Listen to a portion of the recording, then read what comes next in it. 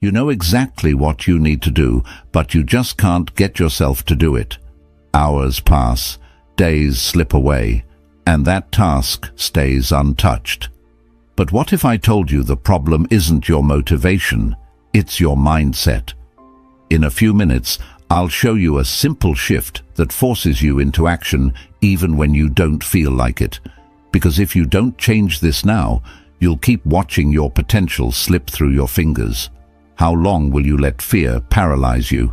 When will you stop letting the flames of doubt burn through the canvas of your dreams? Are you aware that each moment you hesitate, each minute you think, "not yet," tears a shred off your chances for success? Today we're diving deep into the truths you avoid, the lies you tell yourself, and the fears that dominate your decisions. Get ready, because I'm about to reveal how embracing the discomfort of action can transform your life, shattering the illusion that comfort brings progress. If you appreciate what we're doing here, hitting that subscribe button is a simple, free favor that really helps us out. Let's get started and unlock the secrets to taking control of your time and actions. Understanding procrastination. Ever find yourself caught in the trap of procrastination? You're not alone. Often we view it as a mere annoyance, a barrier that prevents us from achieving our goals. Yet procrastination is not just about laziness or a lack of motivation. At its core, it's a complex dance with our inner fears: fear of failure, fear of judgment, and fear of not being perfect. It's our mind's way of shielding us from potential pain and discomfort, wrapping us in a false sense of security that comes from not doing. Now, you might wonder, why do we fear these things? Western philosophy and psychology offer some insights. Carl Jung once said, "What you resist not only persists, but will grow in size." This is precisely what happens with procrastination. The more we avoid our tasks, the larger and more insurmountable they seem to grow in our minds. This avoidance becomes a breeding ground for anxiety and stress, feeding the very fears that caused us to procrastinate in the first place. Interestingly, the Stoics had a take on this too. They believed that the anticipation of events could often be more debilitating than the events themselves. Marcus Aurelius wrote in his Meditations, "If you are pained by any external thing, it is not this thing that disturbs you, but your own judgment about it. And it is in your power to wipe out this judgment now." This Stoic wisdom suggests that by changing our perceptions, we can overcome the inertia that procrastination breeds. It's not the task that's daunting, it's what we tell ourselves about the task that holds us back. So, how do we tackle this beast? First, we need to recognize procrastination for what it is: a defense mechanism that protects us from perceived harm. By understanding this, we can start to question the validity of our fears. Are we really in danger, or are we just afraid of being less than perfect? Most of the time, the worst-case scenario in our heads is far from reality. Next, it's crucial to break the cycle. Start small. The Stoics advocated for focusing on what's within our control and letting go of what isn't. Apply this by taking small, manageable steps towards your goal. This method reduces the overwhelming nature of tasks and minimizes the fear surrounding them. As you progress, your confidence grows, reducing the urge to procrastinate. Embrace the process of making mistakes. Remember, each error provides a chance to learn and grow. Embracing this can significantly lessen the fear of failure. As Jung also noted, the most terrifying thing is to accept oneself completely. By accepting our imperfections and vulnerabilities, we diminish their power over us and reduce the need to procrastinate. The 5-minute miracle. Have you ever heard of the 5-minute rule? It's a brilliantly simple yet profoundly effective strategy that can jumpstart your productivity and combat the paralysis often brought on by procrastination. The concept is straightforward. Choose a task, set a timer for just 5 minutes, and give that task all you've got until the timer goes off. Whether it's jotting down the first few lines of your new blog post, organizing a shelf, or starting the first slides of a presentation, just dive in. The beauty of this method lies in its simplicity and the psychological underpinnings that make it work. It taps into the low-commitment nature of 5 minutes, an unthreatening, almost negligible amount of time that even the greatest of procrastinators can agree to. But here's the secret sauce. Once you start, the momentum builds and stopping becomes the harder option. This is partially explained by what psychologists call the Zeigarnik effect, where people remember uncompleted or interrupted tasks better than completed tasks. In essence, once you begin a task, your brain remains engaged and is naturally inclined to see it through to completion. Now, why does something as simple as the 5-minute rule work so effectively?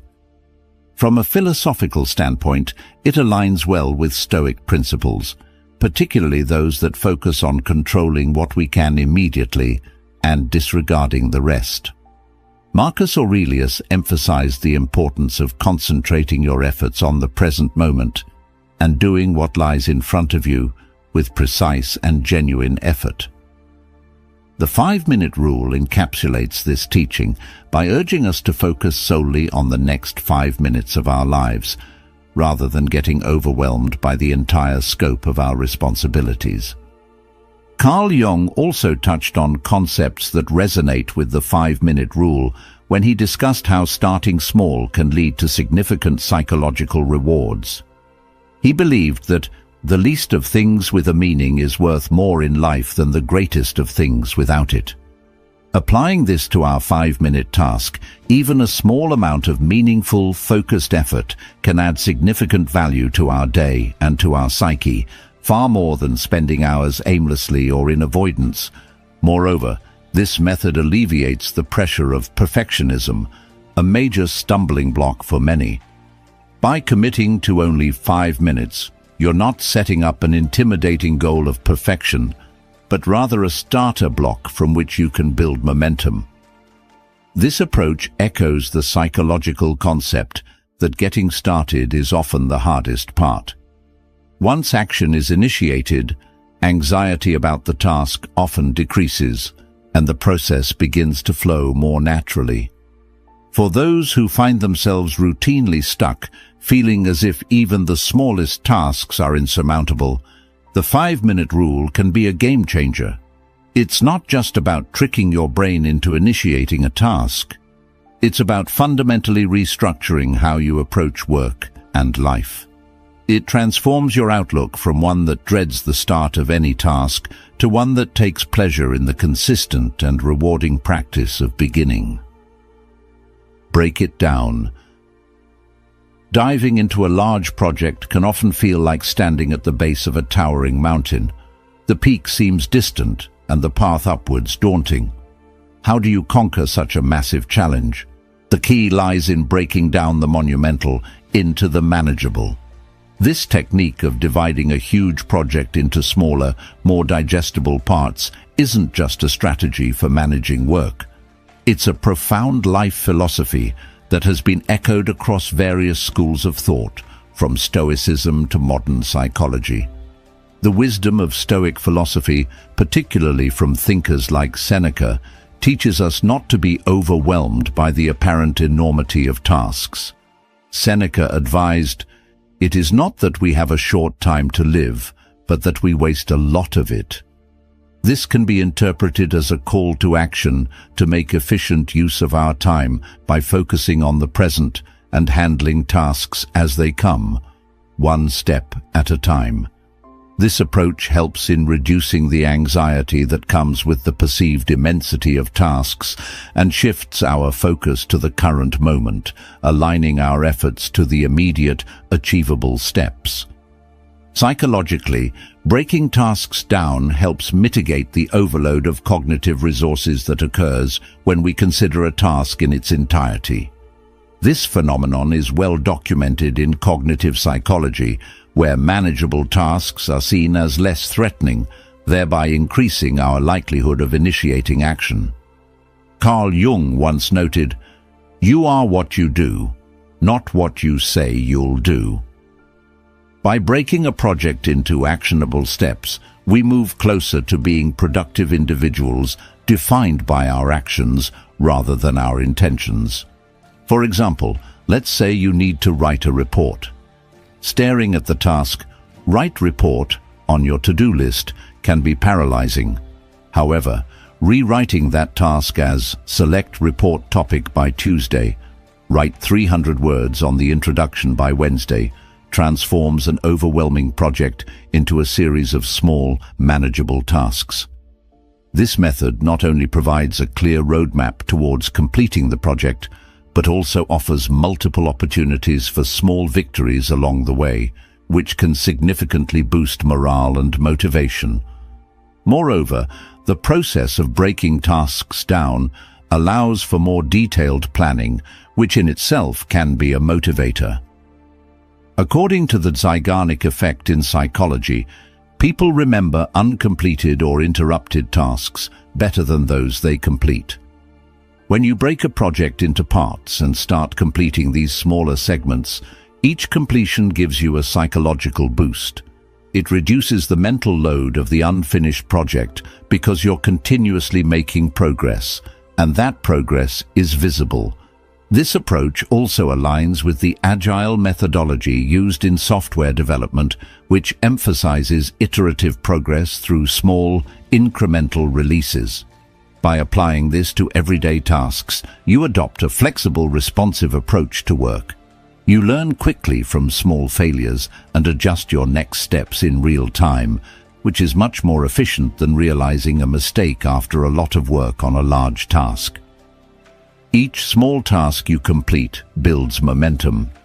As the ancient Chinese philosopher Laozi once said, "A journey of 1,000 miles begins with a single step."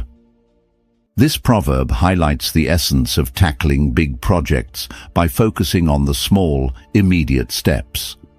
These steps are like the individual brush strokes of a large painting. Each one might not seem like much by itself, but together they create a stunning masterpiece. Action precedes motivation. Have you ever sat around waiting for that spark of motivation to strike? Well, here's a revelation that might just change how you approach everything. Action precedes motivation. This means, quite simply, that the key to getting motivated is to start doing. It's an approach that flips conventional wisdom on its head, but stick with me here. This is a game changer. Traditionally, we're conditioned to think that motivation is the starting point for any meaningful action. You feel inspired, and then you act. However, waiting for motivation can be like waiting for a perfect day in a perpetually rainy climate. It might never come. Instead, by taking action, even in a small way, you initiate a cycle where motivation follows suit, fueled by the progress you're already making. This concept is backed by both psychological insights and philosophical wisdom. In psychology, there's a principle known as behavioral activation. It suggests that simply by doing something, you can elevate your mood and energy levels, thereby increasing your motivation to keep going. This aligns closely with the ideas of Carl Jung, who believed that you aren't what you say you'll do, you are what you do. In other words, action defines us more than intention does. Stoic philosophy also offers a strong foundation for this approach. The Stoics believed in focusing on what you can control and taking action, not being stalled by emotions or external circumstances. Marcus Aurelius famously said, "The impediment to action advances action. What stands in the way becomes the way." This means that the very act of overcoming obstacles through action can become a driver of further actions, turning barriers into bridges. But how does this play out in real life? Consider the times you've tackled a mundane task like cleaning your desk. Initially, you might not feel like doing it, but once you start, you gain momentum, and before you know it, you're organizing your entire workspace. The action itself creates the motivation to do more, turning a small task into a productive spree. Moreover, seeing the results of your actions provides a psychological boost. This is known as the progress principle. Even minor progress in meaningful activities can boost your emotions, perceptions, and motivation levels. As you see the fruits of your labor, no matter how minute, your brain releases dopamine, a neurotransmitter linked to pleasure and motivation, which propels you to continue pursuing those rewarding feelings. The lesson here is clear. Don't wait to get motivated. Instead, dive into action. Whether it's starting a new project, tackling a challenging task, or pursuing a long-term goal, the act of beginning can transform your mental and emotional state. You move from a state of inertia to one of dynamism, where each step forward makes the next step easier. To implement this, start with something small. The smaller the action, the lower the barrier to entry. Once you've taken the initial step, the subsequent steps become less daunting, creating a positive feedback loop of action and motivation. Visualize success. Let's talk about a technique that might seem like it's straight out of a motivational seminar, but is actually grounded in both ancient wisdom and modern psychology. Visualization. This isn't about wishful thinking or simply hoping for the best. Visualization is a proactive strategy that involves vividly imagining yourself achieving your goals. It's about creating such a compelling vision of success that your motivation to make it a reality skyrockets. Why does this method work? Well, when you visualize achieving something, you're doing more than just fantasizing. You're engaging the same neural pathways in your brain as if you were actually performing the action. Athletes often use this technique to enhance their physical performance. They visualize themselves executing a perfect pitch or sprinting through the finish line. This mental rehearsal prepares their minds and bodies for the actual event, enhancing their confidence and improving their physical performance. But it's not just athletes who can benefit from this. You can use visualization to prepare for any task. By spending a few minutes each day picturing yourself successfully completing your projects or reaching your goals, you effectively lay down a blueprint in your mind.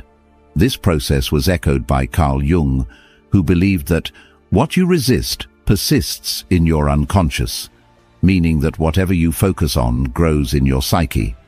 By focusing on positive outcomes, you encourage your mind to consider these as not just possible, but probable.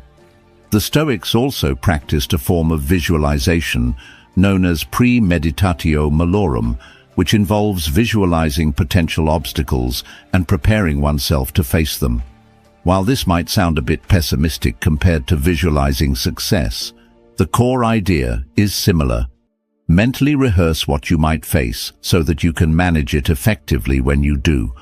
For our purposes, visualizing success combines the Stoic practice of rehearsal with a focus on positive outcomes, strengthening your mental resilience and readiness. Visualizing success also taps into the law of attraction, which suggests that we can attract into our lives whatever we are focusing on. By vividly imagining your success, you align your energy and actions with what you aim to achieve. This isn't magic. It's about setting your intent and mood to make choices that lead you toward your envisioned future. For instance, imagine you've just nailed an important presentation. Visualize the applause, the proud feeling, the satisfied nod from your peers or superiors. How does it feel? What are you wearing? What sounds are in the room? The more detailed your visualization, the more real it feels, and the more your brain becomes inclined to act in ways that align with this success. Furthermore, this mental practice helps you overcome fears and anxieties about potential failure. It's a cognitive shift from, "What if I fail?" to "What will it be like when I succeed?" This shift is powerful. It moves you from a state of avoidance to one of anticipation and engagement. By regularly visualizing positive outcomes, you build a natural inclination toward behaviors that support achieving those outcomes. Incorporate visualization into your daily routine. Just a few minutes each day can dramatically influence your perception and attitude. Make your visualizations as vivid and detailed as possible. Think about the sensations, the environment, even the emotions you expect to feel. This not only boosts your confidence, but also makes the success you're working towards feel more tangible and achievable. The power of now. Have you ever noticed how often we say, "I'll do it tomorrow"? It seems like tomorrow is the ultimate catch-all for our hopes, plans, and especially our procrastination. Yet what if we shifted that mindset? What if we embraced the power of now, transforming this very moment into the cornerstone of progress and achievement? Tomorrow is indeed the busiest day of the week, but ironically, it never actually arrives. As we postpone and procrastinate, tomorrow turns into a mythical time where all motivation and productivity are supposed to magically converge. But here's the reality. The perfect moment you're waiting for doesn't exist. The best time to start is now. This notion aligns closely with the teachings of Stoic philosophy, which emphasizes living in the present and not allowing the past or future to encroach on your mental peace. As Marcus Aurelius put it, confine yourself to the present. This powerful advice reminds us that we only truly possess the present moment. Thus, it's here that we must act. The psychology behind immediate action is compelling. When you take even a small step towards your goals right now, you create momentum. Behavioral scientists have found that initiating a task, even in the smallest way, can significantly reduce anxiety about starting and increase your likelihood of continuing. This is partly due to a psychological phenomenon known as the Zeigarnik effect, where individuals remember uncompleted tasks better than completed ones. Your brain essentially keeps a mental note of unfinished tasks, prompting you to resume work to achieve closure. By starting now, you tap into this natural mental inclination to see tasks through to completion.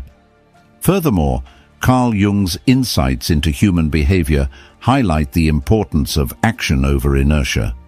He suggested that you are what you do, not what you say you will do. This perspective underlines the value of actions in defining who we are, rather than our plans or promises. Each action you take shapes your identity more than any number of intentions. So, how can you harness the power of now?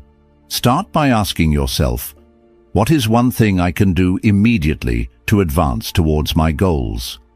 It doesn't need to be a giant leap. Small, consistent actions are the building blocks of significant achievements. Whether it's drafting an email, sketching an outline, or simply organizing your workspace, each small action accumulates and builds into larger progress.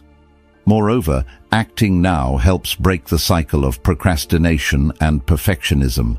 Waiting for the perfect conditions is a common trap. Perfection is an illusion that delays action. Instead, embrace the imperfect start.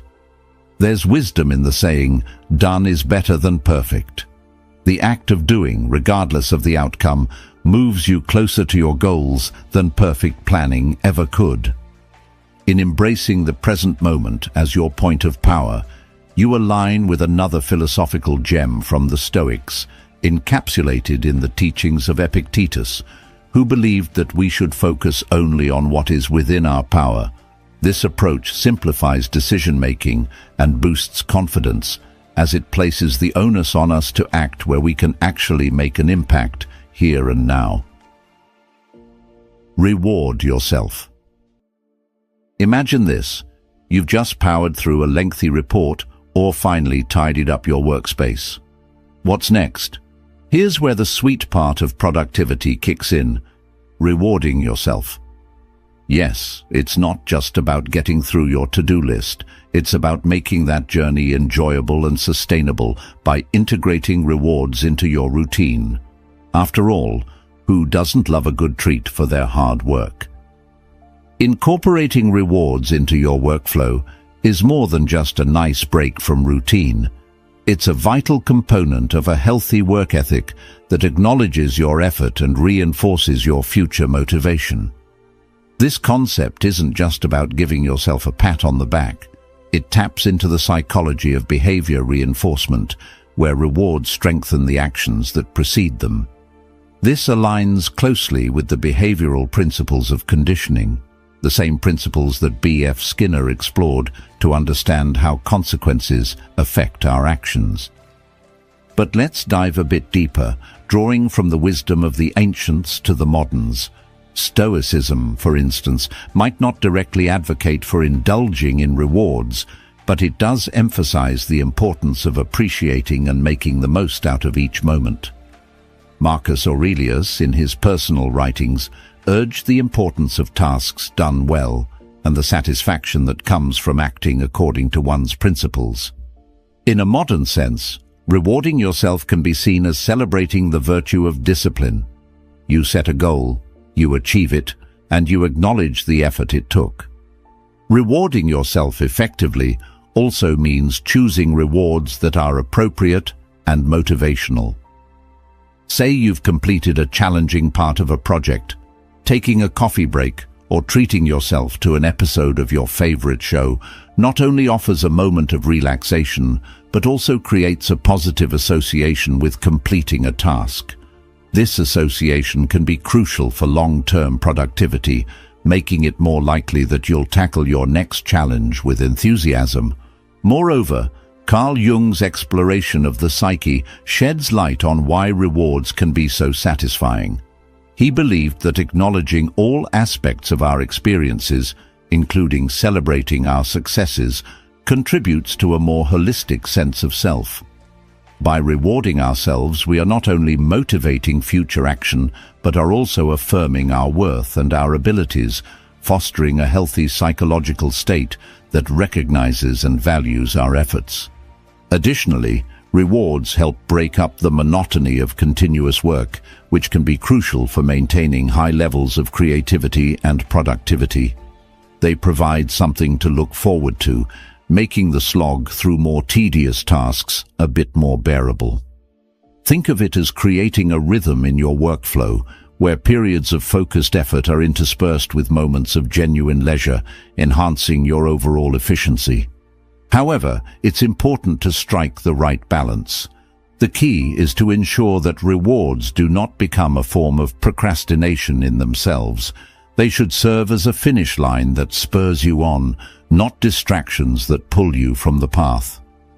This is where self-discipline comes in, a trait much lauded in both Stoic teachings and modern psychological practices. It's about controlling your impulses so that the reward follows the effort, not the other way around. And there you have it, a simple yet effective way to make your productivity not just sustainable, but enjoyable. Remember, every task you complete is a step towards your greater goals, and every reward is a celebration of your dedication. Now don't forget to check out one of the suggested videos on your screen to continue your journey with us.